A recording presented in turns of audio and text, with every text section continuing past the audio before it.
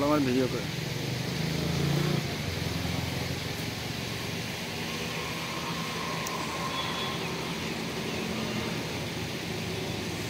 June তাৰিখে ছয়গাঁৱৰ আচলপুৰত যি পবিত্ৰ ঈদৰ নামত যি সংস্কৃতিৰ নামত অপসংস্কৃতি পাতিবলৈ গৈছিলে কিছুমান দুষ্কৃতকাৰীয়ে, আৰু তাত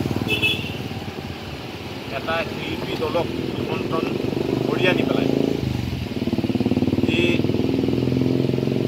শিল্পী দলটি যুৱতীসকলক কাপোৰ খুলি নাচিবলৈ দি তেওঁলোকে বাধ্য কৰিছিলে, তাত আমি তীব্ৰভাৱে সেই ঈদ পতা ঈদৰ উপলক্ষে যি সাংস্কৃতিক অনুষ্ঠান পাতিছিলে সেই সাংস্কৃতিক অনুষ্ঠান পতা কমিটিখনক তীব্ৰভাৱে নিন্দা আৰু গৰিহণা দিছিল।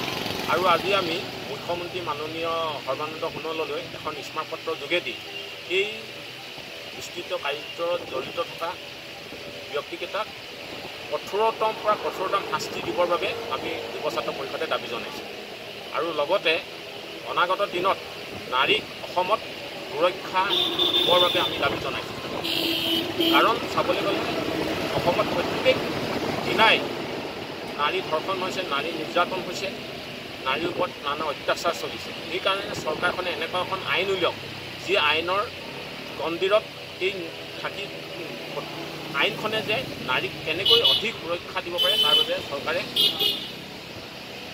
পৰৱৰ্তী কাৰ্যসূচীত এই ব্যৱস্থা তেওঁলোকে গ্ৰহণ কৰিব বুলি আমি অনুৰোধ জনাওঁ।